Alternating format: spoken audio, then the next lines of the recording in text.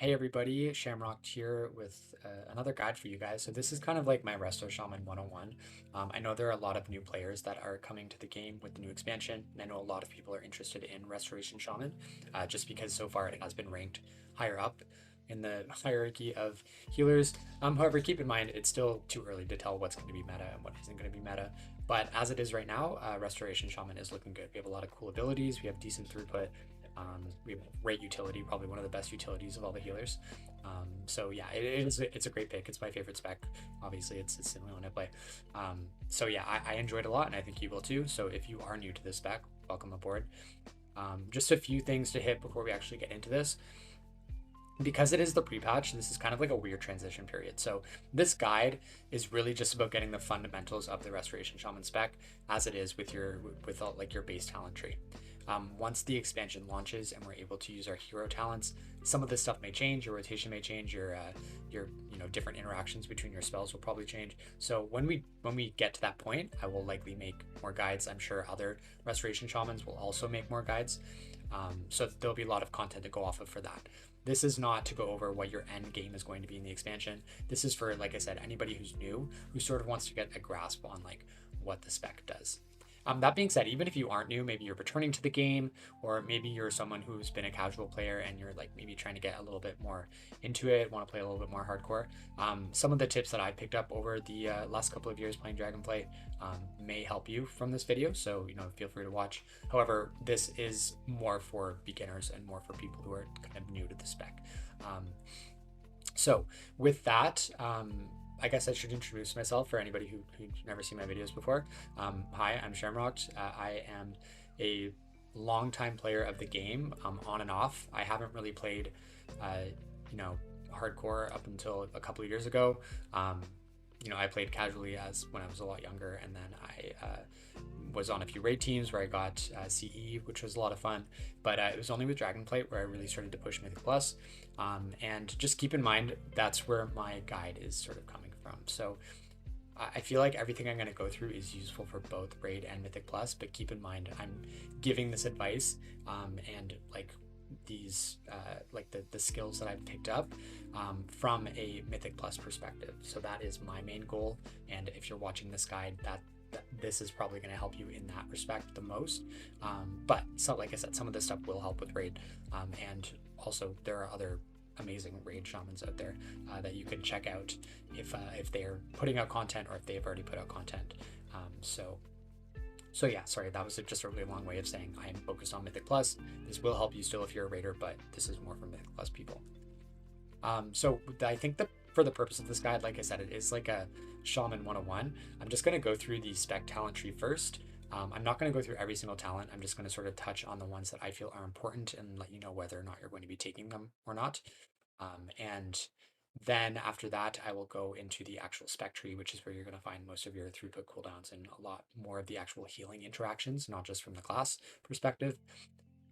And yeah, when I have clips, I will put them over. I know it's always better to have a visual, so if I do have footage of what I'm trying to explain, I will put it on the screen for you guys.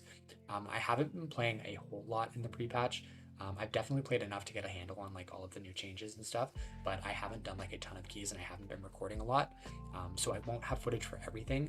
But that being said, I did actually run a couple of keys today with this guide in mind, so I was trying to sort of capture some of the things that I would be talking about or that I knew I would be talking about. So hopefully I can put that up there on the screen for you guys. But if not, just listen and relax. And if you have any questions, you can always feel free to hit me up on Discord or in the comments or in game. I don't know if you know me, just yeah, hit me up anytime. I'm always happy to help. Okay, so going into the spec tree. So this is the class talents. This is available for all shamans. We actually have a really nice utility. We have great movement abilities. We now have decent defensive abilities. Like we're a really well-rounded class, and that's always been the case. But with the most recent changes going into this pre-patch and into the new expansion, it's never been more true. We have a lot of stuff to handle, many different scenarios, which is really key for Mythic Plus. It's key for raiding too, but in a raid environment, you have so many other classes, and you're able to sort of lean on each other to help each other out. In Mythic Plus, there's only 5 of you, so utility is, I think, a little bit more important, and just the way Mythic Plus works. All right, so with all of that being said, let's just jump right into this. So on the first line, the only thing I really want to point out is Astral Shift. This is your main defensive, so you should bind this to a key that's really easy for you to use. You don't want to have to think about using Astral Shift. You want it to be second nature. So as soon as you know damage is coming out, you should plan to use it. But it's also an amazing ability when stuff just happens, maybe that you're not expecting it. So have this somewhere where it's readily available for you to use. Like I said, with almost without even thinking about it, it should be second nature to you after you've had some practice. Moving on to the second row, we have Earth Shield. I'm also just going to jump ahead and talk about Elemental Orbit while I'm here as well as Earth and Harmony, which is actually one of the abilities on the spec tree. So I'll talk about it when we get there as well. But on the class tree, we have Earth Shield. And with Elemental Orbit, you can put Earth Shield on yourself as well as on another player. The most obvious choice for your second Earth Shield target would be your tank, because they are going to be taking the most damage. But Earth Shield, don't limit yourself. Earth Shield, it literally just costs a global. It doesn't cost a lot of mana. You can put it on whoever you want at any time. That's one of the best things about it. And what is so great about Earth Shield is not necessarily the healing. So whoever you have Earth Shield on, so yourself, if you're running Elemental Orbit, which you should be, and one other person, will receive 20% increased healing on every heal you do. All right, so that is actually pretty huge, especially for single target healing. And that's why normally it's on the tank. And going into the new expansion, it looks like we're going to be tank healing a lot more. So Earth Shield is definitely something you're going to want to pick up and move around as needed, but tank is mainly going to be your primary focus. With the Earth and Harmony talent, which if you're pushing higher Mythic plus keys, this is like a must-have talent. Never recommend running without this unless you're super experienced and you know exactly what dungeon you're running and why you wouldn't need it. But Earth and Harmony has a 5% damage reduction, which is a permanent DR as long as Earth Shield is on the person. So it's basically just like a free 5% damage reduction on your tank, on a DPS, and on yourself for like an entire key. And 5% may not sound like a lot, but if you're pushing higher keys, for anybody who hasn't done it before, one of the main barriers for pushing higher keys is eventually, because of the nature of key scaling, it's infinite scaling, right? Eventually things just do more and more damage the higher up the level of key you go. Eventually you get to a point where abilities that normally would not one-shot you do one-shot you. And that goes for tanks and other DPS as well, right? So having that 5% DR is crucial for surviving a lot of the abilities that you'll encounter later on if you're pushing higher keys. And that's on the healing and DPS side of it as well as the tank, but more so for the tank, having a permanent 5% DR on your tank throughout the entire dungeon, it's so much damage mitigation throughout an entire key, just through like average mob melees. Like it's huge accumulative DR, and it may not save your tank's life, but over time it will make a big difference throughout a key. So yeah, anyway, so that's Earth Shield. Make sure you also bind this on a key where it's like easy to press, I think there are some weak auras that you can get that will like remind you to put Earth Shield on a target. So if you're new to the spec, I highly recommend you get that. But Earth Shield should be like second nature as well. It's something that you should almost like be pressing out of habit when nothing else is happening. Yeah, and that will just refresh. So Earth Shield comes with 9 charges, and it goes down pretty quickly because every hit, I think there's like a refractory period of like a second or two, where it's not just going to keep going down. But those 9 charges you'll go through pretty quickly, especially on someone like a tank. So just be wary of that. Next we have Wind Shear. This is one of the, if not the best interrupt in the game. It's a 12-second interrupt, and it is a ranged interrupt, a 30-yard range, which is pretty huge. If you're planning on pushing higher keys or even any keys, mid keys, low keys, whatever, Wind Shear is your best friend, especially going into the new expansion.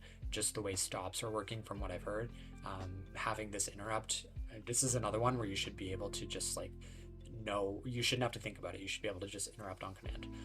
So get used to using Wind Shear, get used to interrupting, and keep this somewhere where it's easy to use. Next, we have our Astral Shift augment talent. So you have Plains Traveler and Astral Bulwark. Plains Traveler will reduce the cooldown of Astral Shift, and Bulwark will reduce the damage taken. Personally, I've never actually talented Bulwark just because of how damage patterns work and how healing works. Since I've done Mythic Plus, mostly you're trying to, like I said, you're trying to avoid one-shots, and you basically have damage events where big chunks of health are taken. It's more rare to have like rot damage. Like if you played last season, like a fight like Kajin, where it's just constant rot damage, is a lot more rare than fights where just big bursts of damage happen. So because boss abilities and damage, those big bursts of damage usually happen on minute, minute and a half to 2 minute intervals, having a reduced cooldown on Astral Shift, which makes it 1.5 minutes, is huge. It's much better than the Bulwark. The 40% DR is going to save you from everything. There's hardly anything that is going to kill you through that, and if it does kill you through that, it's probably going to kill the whole group. It's probably a mechanic that you did wrong and that you're going to die anyways. So always recommend just taking Plains Traveler, and that will always be targeted or talented as well. Once you get more experienced and you know which dungeons you maybe don't necessarily need this, you can free up the talent point. But because of the way the class tree is right now, we have lots of talent points. We can take a lot of stuff. So I would always recommend taking this talent. Next, we have Spirit Wolf and Thunderous Paws. Both of these abilities are great with their own niche. So Spirit Wolf, basically it's the longer you're in Ghost Wolf form, you get basically an increased movement stacking buff and an increased damage reduction. So it's 5% increased movement and increased DR for every 1 second, stacking up to 4 times, which is a 20% total.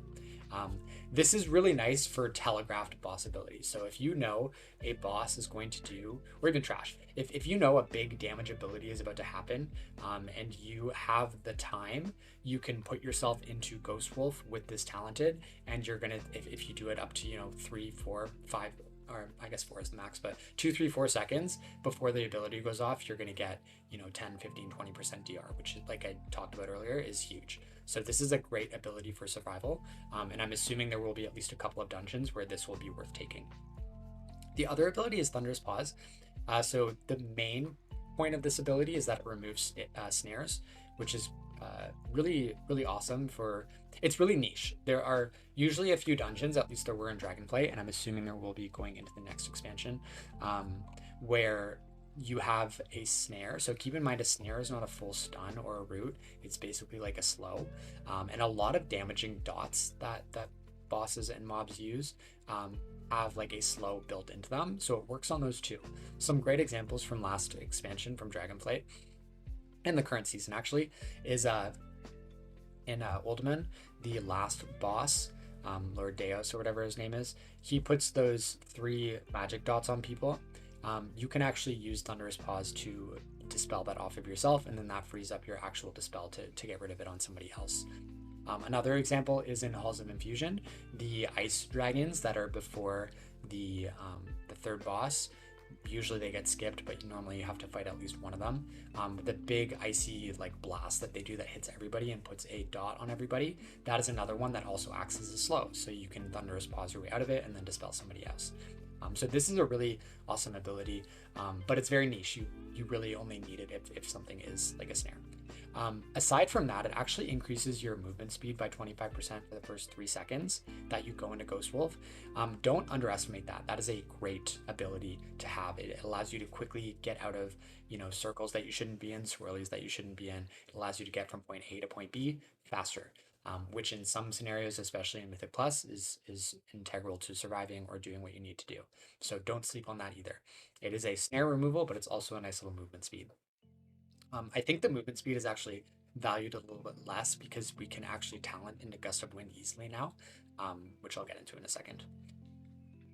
Winds of Valakir just increases your movement speed in Ghost Wolf by 10%, 15% if you have totems down. I would absolutely take this just because we have an abundance of talent points in our class tree, and 10% extra movement speed while in Ghost Wolf is pretty huge.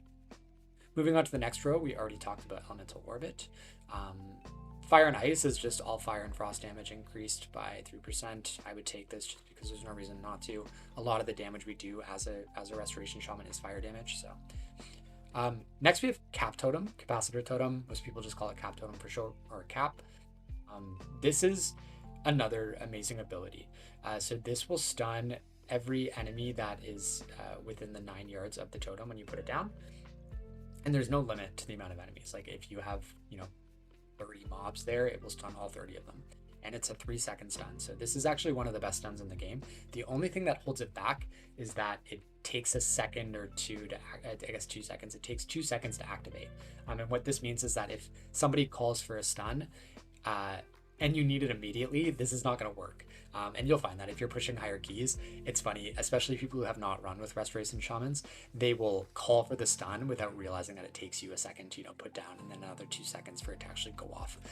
So make sure that, the group you're running with is aware that Capacitor Totem works like that. It's a really good ability to use at the beginning of a pull. It's one of those abilities where, like I said, because you can't immediately stun when you need it, it's kind of an ability that you just sort of get on cooldown and then use later when it comes out. While I'm talking about that, I might as well go down to the next augment talent for this. So you have Static Charge, which reduces the cooldown of Capacitor Totem by 5 seconds for each enemy it stuns, up to a maximum reduction of 20 seconds.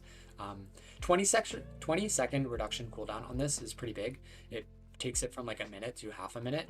And the way I look at it is most pulls in a dungeon last about a minute long. So this basically allows you to use Capacitor Totem twice for like every pull in the dungeon, which is really nice. So yeah, the other one is Guardian's Cudgel.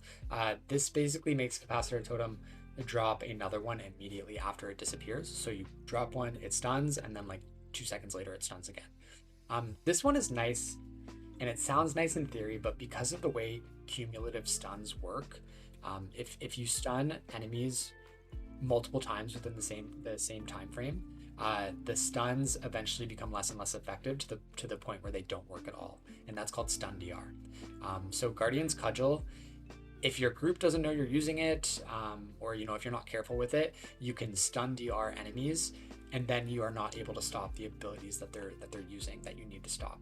And it can really mess with your group. So I do not advise taking Guardian's Cudgel unless you are with a group that you can really strongly communicate with, just to prevent those stun DRs from happening. And like I said, Static Charge, basically allowing you to use 2 controlled Capacitor Totems in a pull is really nice. All right, so I would suggest taking that one. Moving back up to this tree, we have Gust of Wind and Spirit Walk. Spirit Walk removes all movement and parrying effects and increase your movement speed by 60% for 8 seconds. This sounds great, but I can't think of an actual... the only time I can think about actually needing this talent was during Tindril, which was a raid. So I've never actually had to use this in a dungeon. That's not to say it's never going to happen. There may be some dungeons in the new expansion where this is useful, but it's not something I would really talent into. It's extremely niche. You'll know when you need this. Gust of Wind, however, is probably another one of the best abilities in the game in terms of movement. It's basically like a flash jump, and if you jump and then use it, you'll go further, and if you use it on like a slope or like stairs or whatever, you go like it like basically shoots you. Another really cool way to use this ability is it prevents fall damage, in the sense that if you jump off of somewhere really high, which may be necessary for some of the skips going into the new dungeons, think about Azure Vault, like it was necessary to jump down from the ring. There's several ways you can like avoid fall damage: potions, the parasol, toys, whatever. You can get gripped, all that stuff. But with Gust of Wind, you don't need any of that. You basically just pop it when you get close to the ground, and it like makes it so the height that you're falling from is actually whatever you just Gust of Wind. So if you fall 30 feet and when you're 5 feet from the ground, you use Gust of Wind, you're not going to take any fall damage because it counts as you dropping from 5 feet. So it's really nice. This is another ability. If you want to be really good at the game and you really want to push high keys and you want to be like the best there ever was, this is another ability that you don't want to have to think about. You want this to be key bound on a key that is easy to press, that you don't have to think about, because really when you're using this, sometimes it may be planned, like you may be planning to use it, but most of the time, if you're like a really good gamer, it's like a get out of a situation for free. So you really want to be able to use it without thinking about it. So bind this somewhere where it's going to be easy for you to use, and get used to using it if you really want to be, a pro. Next, we have Encasing Cold and Arctic Snowstorm. I also skipped over Frost Shock. I don't see any reason why we would ever take these at the moment. So stay tuned if that ever changes, but don't worry about these guys. Next, you have Brimming with Life. Definitely take this. It's a maximum health increase by 10%. And more importantly, while you're at full health, reincarnation cools down 75% faster. So that's huge. It basically allows you to get 2 reincarnates in a dungeon if you like use one towards the beginning, which sucks when you have to do that, but it does happen. So Um, Healing Stream Totem, this is an obvious one, you have to take it. Earth Grab Totem. So this replaces Earthbind Totem. Earthbind Totem is basically our slow. It's actually one of the best. We have a lot of the best. It's one of the best slows in the game. It's an AoE totem that I believe it lasts 30 seconds. Here, actually, I have it down here. It lasts 30 seconds and it's on a 24-second cooldown. So you could literally have this down at all times. And it's going to stun all enemies within 11 yards by 50%. This is amazing when tanks need to kite or when you need to run away from things, all that stuff. It's probably going to be less useful now that we don't have a lot of the affixes that we've had over the last few years. But this is another one where you don't forget about Earthbind. Like, it's a really nice talent for us to have, or a nice ability for us to have. And with Earth Grab, if you take this talent, it basically turns Earthbind into a stun rather than a slow, or a root rather. Um, It'll root all enemies within 9 yards for 8 seconds, and then when the enemy gets out of the root, they are slowed by 50%. So it's basically just a better Earthbind Totem. Keep in mind, their roots get broken by damage, and it's not like the Druid root. The Entangling roots or whatever they have for Druid, I think it lasts like way longer. So just keep in mind, people sometimes will be like, oh, you have Earth Grab Totem, you can just root things. You have to remind them that it's only for 8 seconds because it's not like the 30-second to a minute that Druid and maybe some other classes have. Right, moving right along, we have Purge and Greater Purge. I've never had to take Greater Purge. I don't think you will have to. It basically dispels 2 magic effects from an enemy, but it puts a cooldown on it. So there may be situations going into the new expansion where we need this, but Purge is fine. And honestly, for a Purge, you can press it twice. So you're just paying a little bit more mana, but you don't have the cooldown. So I would always just recommend taking Purge. Next, we have Earth Elemental. I don't usually take Earth Elemental. The only reason I have this talented right now is because I was going to use it in a dungeon so I could put it on the screen and show you guys, but I actually never got around to using it. So Earth Elemental, most people, especially people who are new to Shamans, think this is like your pocket tank. If you're running higher keys, it's not. It doesn't work like that. It will die immediately. Even worse, because of the way it taunts, if you use it during trash pulls, it can taunt enemies and like aim frontals at people. It can mess your tank up. It's just awful that way. Like, it's not a good tank. Don't think of it as a tank. What it actually is it's a defensive, because it increases your maximum health by 15%. And then if you take the augment talent down here, Primordial Bond, it's an extra 5%. So that would be a 20% health increase, which is pretty huge. The only thing holding this back, 2 things. First of all, it's on a 5-minute cooldown, which is crazy. 5 minutes is like not, like, you basically get to use this once per boss fight, which in my opinion is not great. It's like, for a talent point, it's not amazing. Second is, like I said, you can't actually use it during trash pulls, so it's not even a defensive that you can use during trash pulls reliably, because 1, it's going to taunt things and mess your tank up and possibly aim frontals at people, and 2, it's going to die immediately. Like, mobs on higher keys will one-shot this dude so easily. Like, you'll pop it and you won't even know that you did because he's gone already. So Earth Elemental, once again, if you really need the defensive, sure, go for it, but most times I just run without this guy. All right, next row we have Elemental Resistance. This is a good talent to tank. I mean, I actually just made a video yesterday where I explained why I think Elemental Resistance is not as good as it should be, and I really hope that somebody listens to that feedback and changes it. And if you're interested in my whole spiel about that, then go ahead and watch that video. But Elemental Resistance is a nice to have talent. It's better right now if you're running Healing Stream, but it's okay if you have Cloud Burst. Really, your main reason for taking this, for me at the moment, would be to talent down into Elemental Warding.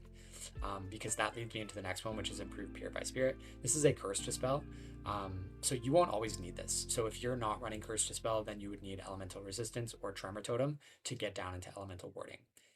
Improved Purify Spirit and Tremor Totem are very niche. You only take Improved Purify Spirit if you need a Curse Dispel, and you only take Tremor Totem if you need to get rid of fears, charms, and sleeps, and so on. So for anybody who doesn't know, I usually make like a utility chart for all the dungeons. It usually takes me a week or 2 after the season starts because I need to sort of learn it myself.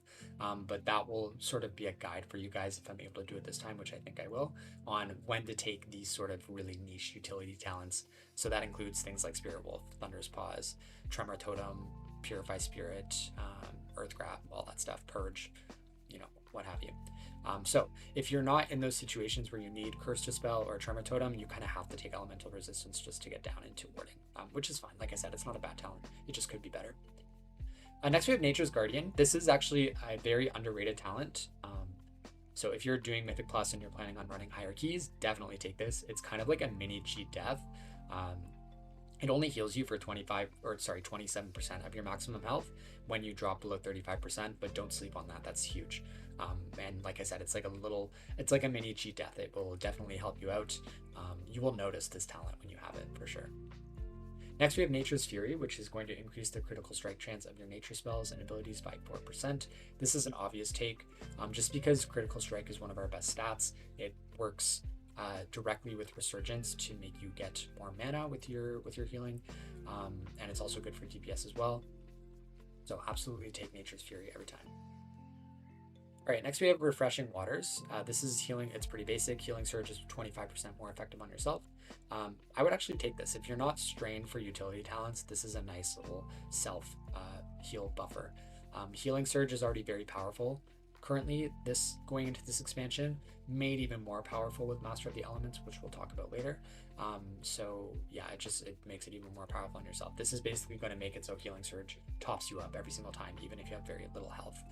Especially with the way our mastery works. So if you have the point, take this, but it's not crucial. Next, we have Elemental Warding.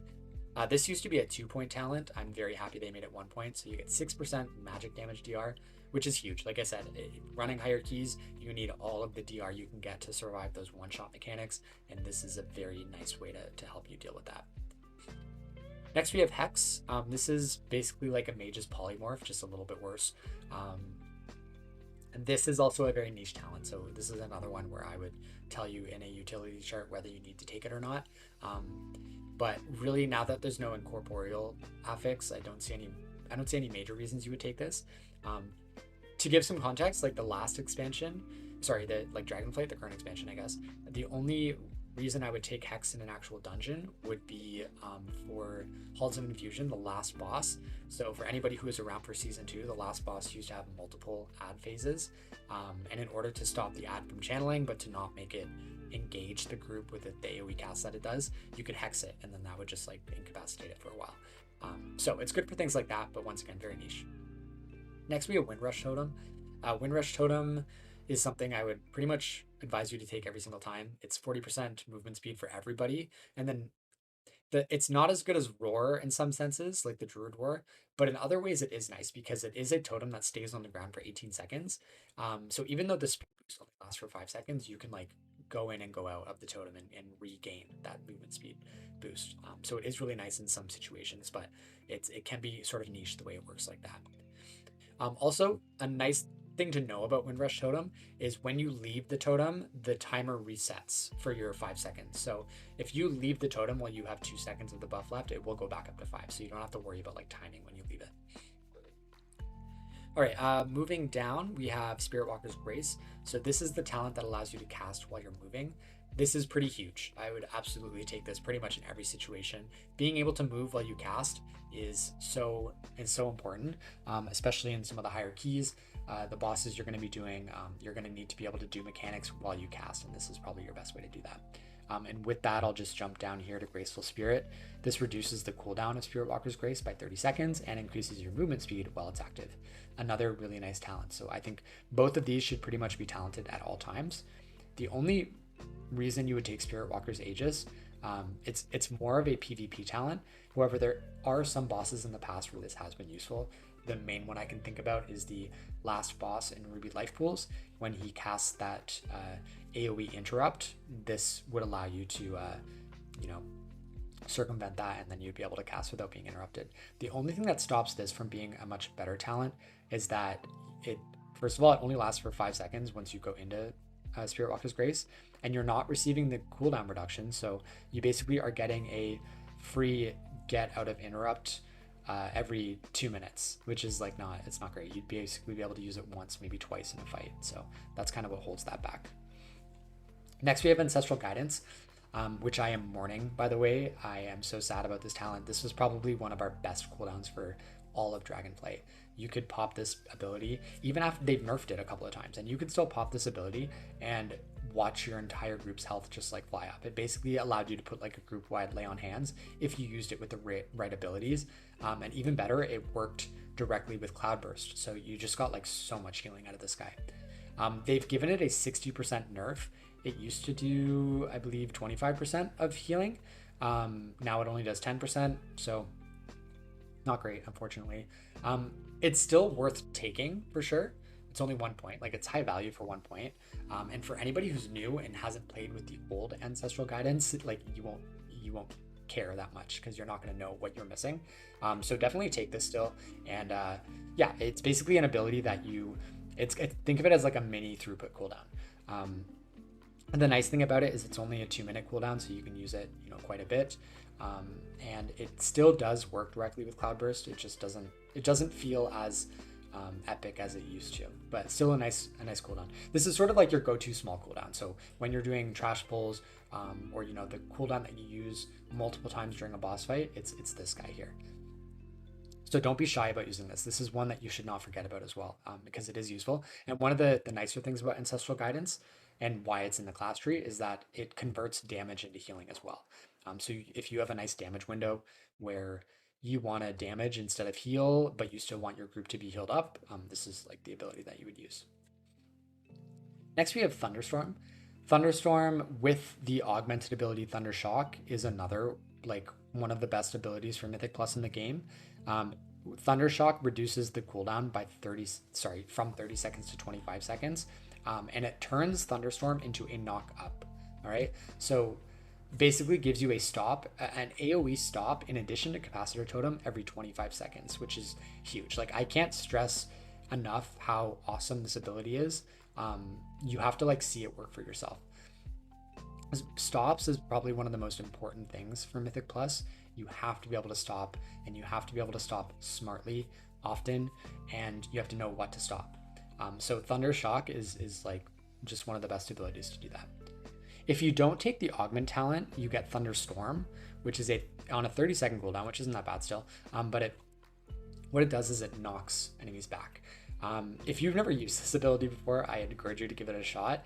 It doesn't just like lightly knock things back, it like dramatically just like knocks them so far away. So it's very difficult to use properly. It's very disorienting for people who aren't used to it. And really its only use that I can think of in the previous expansion was for Sanguine, which is no longer going to be a thing going into the next expansion. So I don't see any reason why you would take Thunderstorm. It can be useful for just like moving mobs when you need to. There's definitely going to be situations like that, but they're far and few in between. So in order to get the knockback, you'd be giving up your knock up, your main stop. So it's 90% of the time, I would say even like 95% of the time, it would just not be worth it to take the knockback. You pretty much are always going to be taking the knock up for a Mythic Plus. All right, moving on, we have the Hex Augment talent. You're never going to take this, don't even worry about it. We have Totemic Focus next. This is a really big one. You're definitely going to want to take this. It increases the radius of your totem effects by 15%. It increases the duration of them as well. And you may think to yourself, oh, 3 seconds on Cloudburst? That's not that big. Trust me, when you're doing high-end Mythic Plus keys and every boss is like a crazy raid boss, 3 seconds sometimes is like a godsend. So you're definitely going to want to take this. Next, we have the Totemic Surge. So this is going to reduce the cooldown of your totems by a further 6 seconds. Once again, huge. You definitely want to take this. Moving on, we have Ascending Air / Jetstream. So these are the Wind Rush augment talents. Definitely not necessary. I can see Jetstream, the one where it removes snares, being useful probably in at least some of the dungeons that are coming up, which once again, you'll get in that utility chart. But if you don't need these, like you don't normally need these, so don't worry about talenting into these unless it's required for the specific dungeon. Next, we have Enhanced Imbues. So this is directly going to work with Earth Living Weapon, which I talked about in my last video. So personally, I don't want to take Earth Living Weapon, and we'll get into that when I talk about the spec tree. But yeah, Enhanced Imbues, if you're going to be taking Earth Living Weapon, you should definitely take Enhanced Imbues. It's basically just like free HPS. But if you're not, then you don't need, you can free up that talent point, which once again, I'll save that for later. I'll talk about it when I talk about the spec tree. Moving down to the next row, we've already talked about Graceful Spirit. We have Lightning Lasso. So Lightning Lasso is pretty cool. It's basically like a single target stun. It's like a channeled ability that stuns an enemy for 5 seconds. Um, this is kind of niche as well. Like it's great to have another stun. However, we already have a couple stops, and you're going to assume that other people in your group have stops as well. So this is another ability where I will maybe try and put it on the utility sheet, but it's something that you would probably take intentionally. It's not just a point that you would throw in there unless you know you're going to be using it.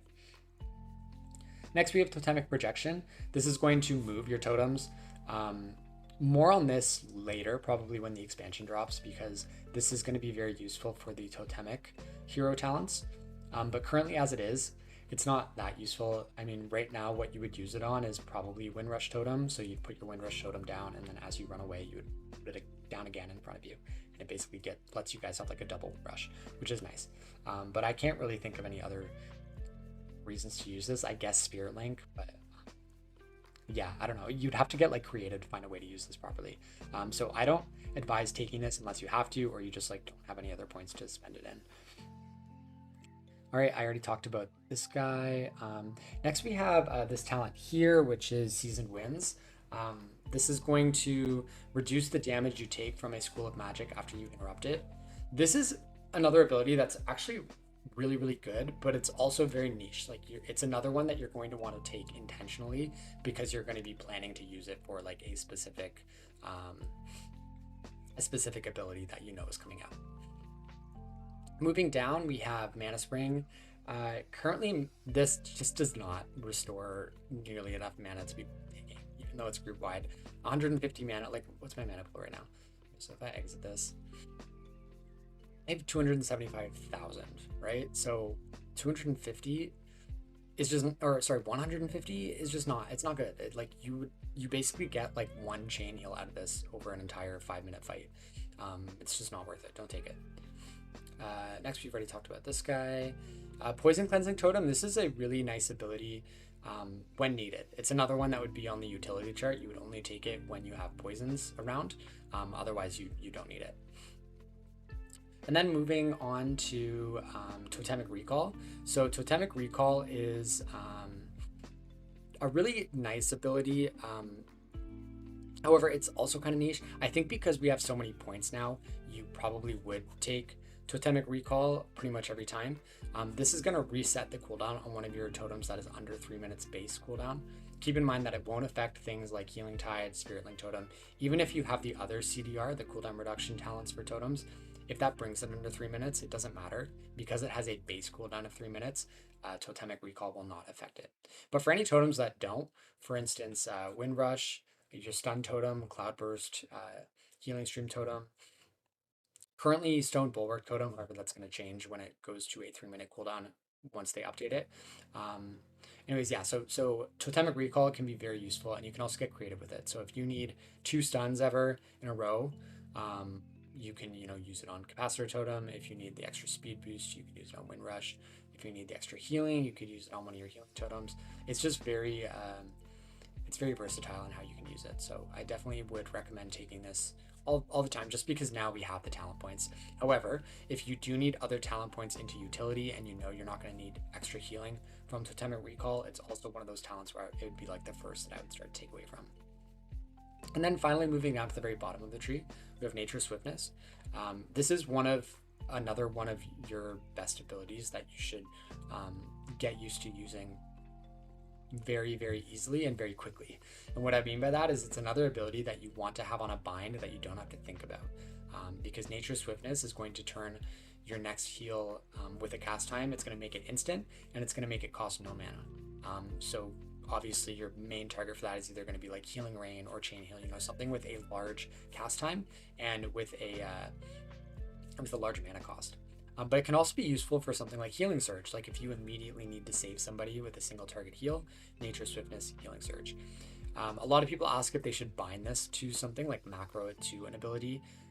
My advice is not to do that. You want to be able to switch it up, because trust me, if you get used to using this and you're quick with it, you're gonna be a much better shaman than if you weren't.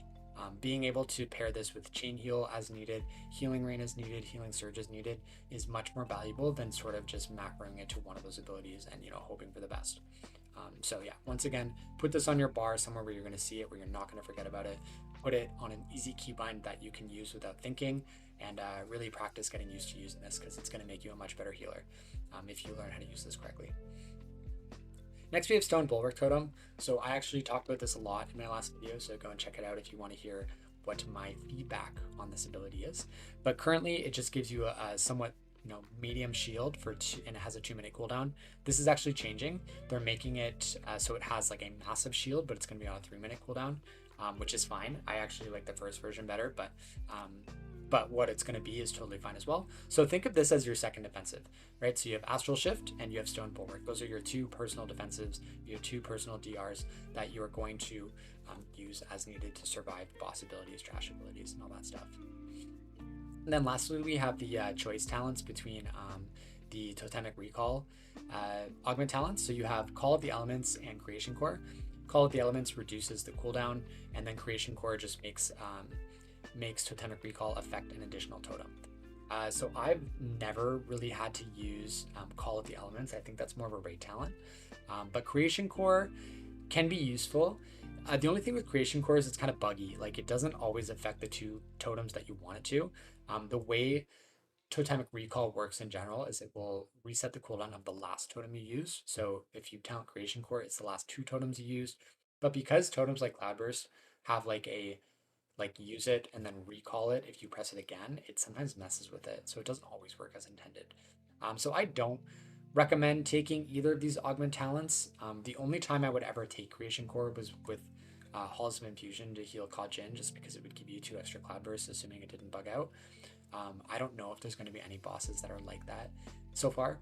If there are, sure, you might want to take this talent, but on average, if with your average talent build, you would not go into this. You would just use that point elsewhere. Okay, so with all of that was really long. I was hoping I was going to be able to go through it quickly, but I also think it's really important to make sure that I cover everything, especially for anybody who's new, doesn't know what a talent does, or is thinking whether or not they should take something. So because of that, I think I'm going to turn this into a 2-part video. So this is part 1, and then part 2, I will talk about the actual restoration talents on the other side of the tree. Yeah, so thanks for watching, and I hope this was useful for you, and I will see you shortly with part 2. Thanks.